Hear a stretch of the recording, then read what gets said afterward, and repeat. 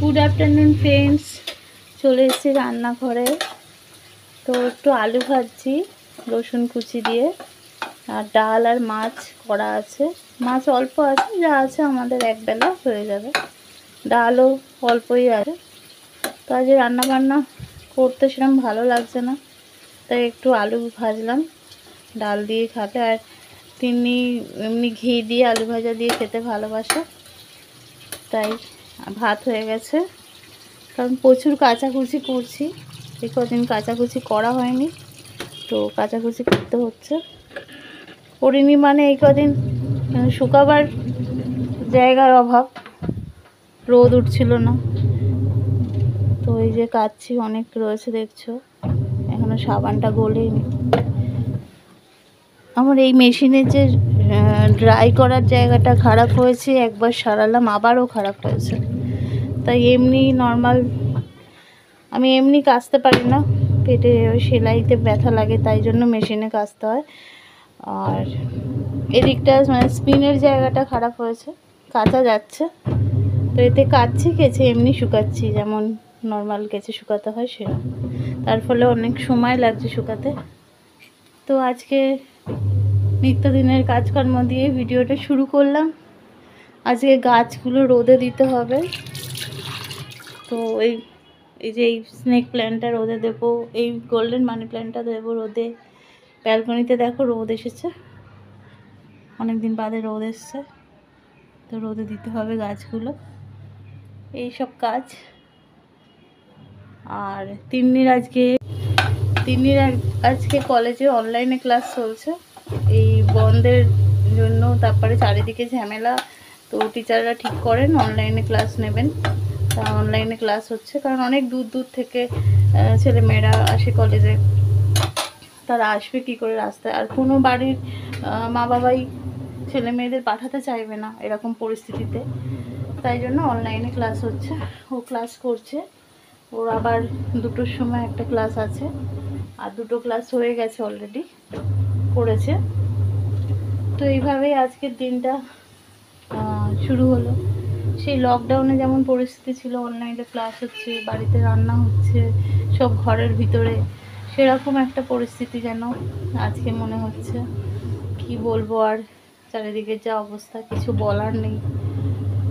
তো ন্যায় বিচার পাবে কি না জানি না, আমরা কেউই জানি না ন্যায় বিচার পাবে কি না। যা হচ্ছে দেখে যাওয়া ছাড়া আর কোনো উপায় নেই। তো আজকেও দেখলাম জুনিয়র ডাক্তাররা অবরোধে নেমেছেন, তাদের যা বক্তব্য তারা বলছেন। টিভি চালালেই কোথায় দাঙ্গামা হচ্ছে, কোথায় পুলিশের সাথে মানে প্রায় খণ্ডযুদ্ধ লাগছে, এই সবই দেখছি। তো আর ভালো লাগছে না এসব দেখতে।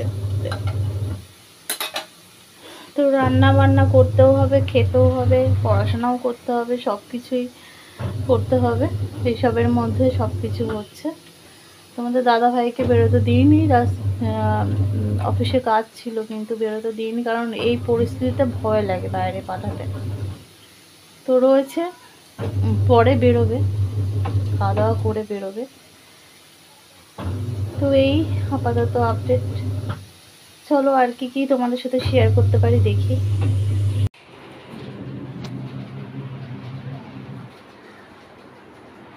তোমাদের দাদাভাই বাইরে গেছিল, কিছু গাছের ডাল ফাল কেটে দিল। আর ঘরের ভেতর যে ফিলোডেলফিয়া গাছটা ছিল, নিচে দিয়ে পাতা বেরিয়েছে, অথচ মাঝখান দিয়ে দেখছি শুকিয়ে গেছে। দেখাচ্ছি তো, দেখো এই যে ফিলাডেনড্রন গাছটা এখানটা দেখো শুকিয়ে গেছে, এই যে হ্যাঁ মাঝখানটা যেন মরে গেছে, উপরটা দেখো জানতো নতুন পাতা বেরিয়েছে। আমার মনে হয় যে লাইট জ্বালা হয়েছিল, নিচটাও দেখো এত সুন্দর গাছ বেরিয়েছে। তাই ভাবছি এটা এখান থেকে কিছুটা রেখে, যেখান থেকে এই যে এখান থেকে মরে গেছে এই জায়গাটা থেকে কেটে দেবো। এই যে এই জায়গাটা থেকে এই কেটে দিলাম, আর এইগুলোকে তুলে আলাদা একটা টপ করেছি। ওই ঘরের টপটার মধ্যে এটাকে সেট করছি।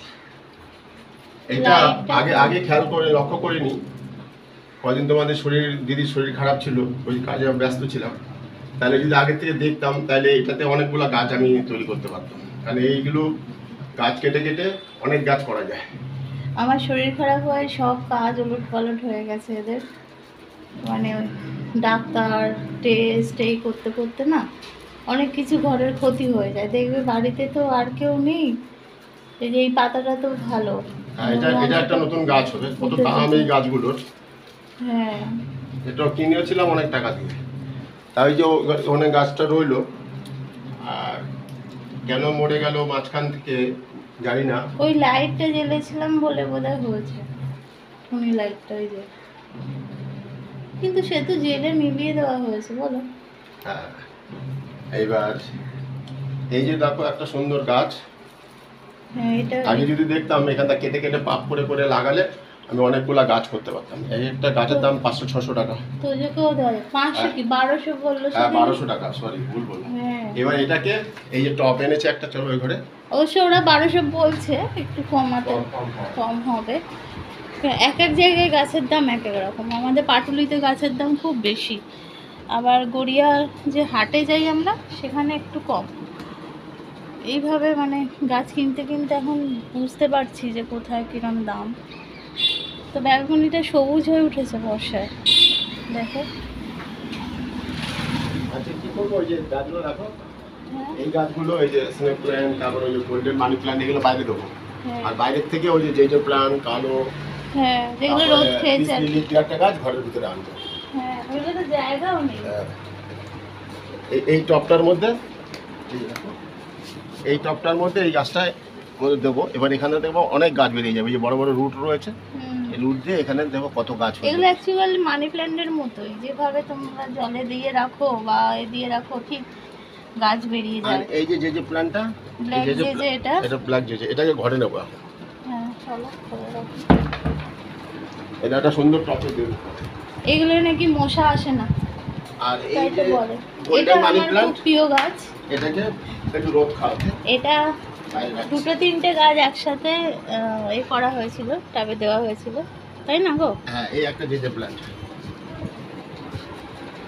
এই জেজে প্ল্যান্টগুলো আমি ঘরে রাখবো। বর্ষাকাল, মশার উৎপাত। মানি আমাদের প্ল্যান্ট বাঁচাবে। আমার মানি প্ল্যান্ট আমার খুব প্রিয়। রবার গাছটাও লম্বা হয়েছে আরো। আর ওই যে ব্রোকেন হার্টটা নিয়ে আসি।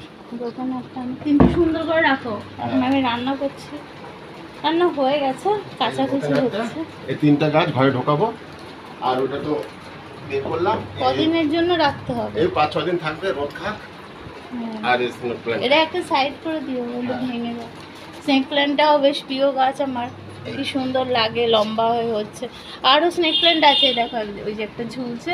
তোমার দাদা ভাই না যেভাবেই গাছ লাগাক ঠিক হয়ে যায়, আমি জাস্ট একটু পুঁতে দিলেই ওর হাতে গাছ খুব ভালো হয়। আমার শাশুড়ি মা বলতেন যে মেজো পোলা বলতো, মেজো পোলার হাতে গাছ খুব ভালো হয়। তো দেখছি তাই, আর আমাদের তোজোর হাতেও গাছ খুব ভালো হয়। আর মামা ভাগ্নে গাছ পুঁতলে হবেই। এইটাকে এখানে দেবো। তোজো তো ছাদে করে, রোদটা পড়ে ভালো, তা ওরও এই অনেক গাছটাকে গাছ আছে। এখানে সেট করি। হ্যাঁ, গাছের প্রতি ভালোবাসাটা না থাকলে গাছ হাজার, অনেকে দেখি দেখাবার জন্য গাছ কিনে লাগাচ্ছে, যত্ন করে না। তো আমাদের বাড়িতে সেরকম নয়। আমার বর ভীষণ ভালোবাসে গাছ, আমার ভাগনা ভীষণ ভালোবাসে।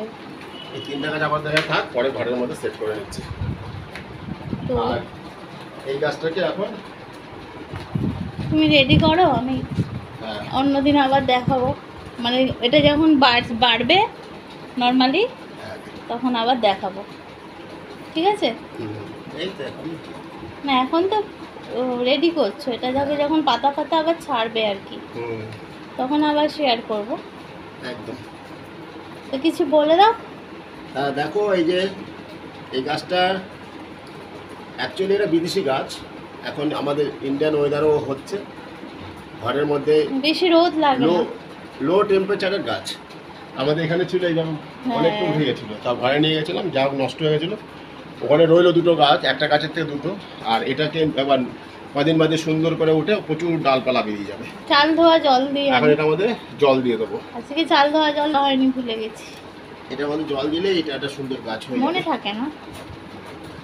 কয়দিন বাদে এটা 1000 টাকা দাম হয়ে যাবে, এরকম সাইজ হয়ে যাবে। হ্যাঁ, তো চলো আজকে আমি এই ভিডিওটা আমার এই ছোট্ট ছোট্ট গাছ দেখিয়ে তোমাদের সাথে এই গাছ শেয়ার করলাম।